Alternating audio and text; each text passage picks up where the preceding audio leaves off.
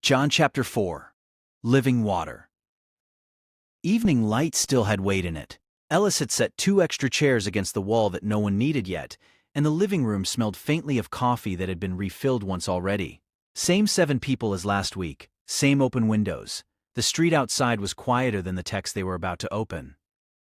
John 4, Ellis said. Whole chapter. We leave Judea under pressure, and we end at Cana with a second sign. Don't pick a favorite scene and camp there. Callum's borrowed Bible opened more easily now. Talia had her own. Mara's laptop sat dim again, not ruling the room. Jude's ribbon had moved. Wren's phone was face down. Anya had the pen. Start at the hinge out of 3, Ellis said. First 3 verses. Don't skip the so. Jude read, The Lord knew the Pharisees had heard that Jesus was making and baptizing more disciples than John, though Jesus himself was not baptizing, but his disciples, and he left Judea and went away again into Galilee. So he left, Jude said. The report lands, and he moves. It's not a random travel note. Not retreat is failure, Wren said. Not yet the big fight. He won't let the clock be set by who is counting baptisms. Ellis nodded once. Hold that. Now 4. He had to pass through Samaria. Some of you will hear had to as geography. Some will hear more. Don't settle it for each other yet. Read the place. Anya found Sychar, a town of Samaria near the field Jacob had given to his son Joseph. Jacob's well was there. Jesus, wearied from the journey, was sitting beside the well. It was about the 6th hour. Callum looked up. Midday, and tired. The chapter doesn't open with a miracle. It opens with a man who needs to sit. Good, Ellis said. Disciples go for food. A Samaritan woman comes to draw water. He asks her for a drink. She answers the ask with the wall between them.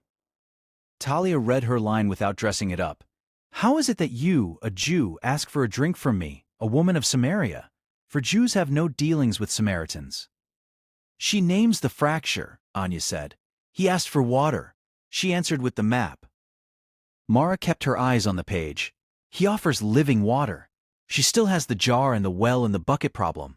Sir, you have nothing to draw with, and the well is deep. She is not stupid. She is literal where the offer is thicker than her tools. Ellis let the room stay with that. 15. Watch what she asks for when she almost agrees. Wren read, Sir, give me this water, so that I will not be thirsty or have to come here to draw water. Still the daily walk, Wren said. Still the weight of the jar. The living water has not yet become a person to her. It's still a better system. That's honest hearing, Ellis said. Don't mock her for it. Nicodemus heard half a word. She is hearing half a gift. Keep going. Husbands. Jude's voice slowed. Go. Call your husband and come here. I have no husband. You are right in saying, I have no husband. For you have had 5 husbands, and the one you now have is not your husband. What you have said is true. Silence took a longer seat than last week. Talia exhaled. He doesn't call her a liar for the first line. He calls the first line true, then fills in what she left out. 5 marriages behind her. Present arrangement that is not marriage. The text itself makes that cut. We don't have to invent scandal to hear it. And she doesn't run, Callum said. She names him a prophet. The knowledge lands as recognition, not only shame. Ellis's eyes stayed mild. Do not turn her life into the only hinge of the chapter. The knowledge is real. So is the turn she makes next. Worship. Place. Where God is met.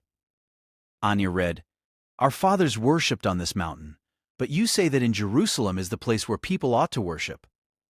Wren's brow tightened. My English puts Jews in her mouth there. You Jews say. Is that her or the translation? Mara angled the laptop a fraction so the line was visible if anyone wanted it, then left it alone. On that beat she only says, you, plural. The people of Judah get named clean 2 verses later, when Jesus says salvation is from the Jews. Until then, she's pointing at the other side of the mountain fight, not hanging a label he hasn't used yet. Callum nodded once. So the wall is already real. We don't need English to thicken it a breath early. Exactly, Ellis said. And Jesus answers the place fight with something that will not fit either mountain forever. Hour is coming, and is now here, when true worshippers will worship the Father in spirit and truth. God is spirit. The Father seeks such people. Wren's hand stayed under the next line. She's still tracking. I know that Messiah is coming. When he comes, he will tell us all things. She's not done hoping. She's put the hope on the right name. And then, Ellis said, 26. Read it slow. Jude did. I who speak to you am he. The room held still. That's the claim, Mara said quiet. Not a poster. A man at a well, at noon, saying it to a woman who came for water. Same voice this gospel will keep sounding. I am, and here it lands before many titled rooms ever hear it clean.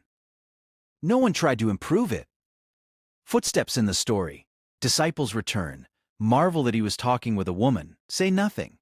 The woman leaves her water jar, goes into town, and speaks. Talia almost smiled. She came for water. She leaves the jar. That is not a small stage direction. Read what she says, Ella said.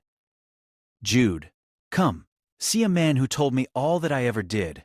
Can this be the Christ? Not a finished creed, Anya said. An invitation with a question still in it, and the town starts moving toward him because of her speech. Ellis shifted in the chair. While they come, disciples and food. He has food they do not know. My food is to do the will of him who sent me and to accomplish his work. Then harvest. You say there are 4 months, then the harvest. Lift up your eyes. Fields white. One sows, another reaps. He sends them to reap what they did not labor for. Callum sat with that. They went for lunch. He is talking about a field already moving toward them. Samaritans on the road because a woman left a jar. Yes, Ellis said. Don't spiritualize so hard you lose the people walking. Many from that town believed because of the woman's testimony. They ask him to stay. He stays 2 days. Many more believe because of his word. Then they say to the woman, Ren finished it. Careful. It is no longer because of what you said that we believe, for we have heard for ourselves, and we know that this is indeed the Savior of the world. Savior of the world, Anya repeated, as if weighing the phrase in a summer room far from Sychar. Not only Savior of the people who already had the mountain argument settled. Ellis let the claim sit without polishing it. Then the chapter does not end at the well. He goes on to Galilee. A prophet has no honor in his own hometown. John notes it, and still the Galileans welcome him, having seen what he did in Jerusalem at the feast. Back to Cana of Galilee, where he had made the water wine. Jude found the official, a royal official whose son was ill at Capernaum. He heard Jesus had come from Judea to Galilee. He goes and asks him to come down and heal his son, who was at the point of death. Jesus answers hard first, Ren said. Unless you see signs and wonders, you will not believe, and the you is wider than one anxious father. The man still asks, Sir, come down before my child dies. Ellis looked at the page, not at Mara. 50. The hinge of the second half. Jude read it plain. Go, your son will live. The man believed the word that Jesus spoke to him and went on his way. Callum rubbed the edge of the cover. He doesn't wait for the fever chart. He treats the sentence as enough to walk on. And when the servants meet him, Mara said, yesterday at the 7th hour the fever left him. The father knows that was the hour Jesus spoke. He himself believes, and all his household. Talia's eyes flicked up. John numbers it. This was now the 2nd sign that Jesus did when he had come from Judea to Galilee. First sign was the wine. Second is a word that heals at a distance. Private glory again, not a stadium. Ellis nodded.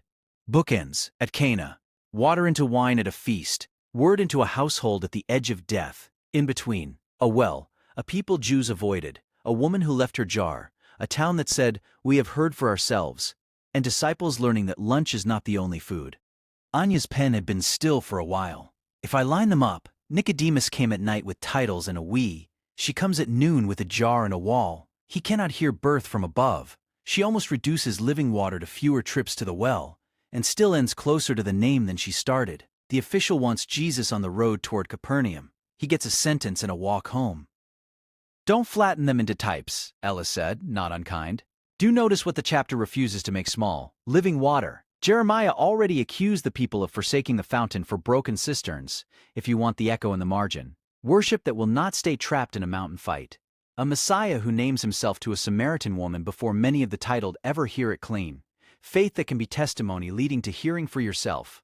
Faith that can be a word obeyed before the fever breaks. He set his cup down.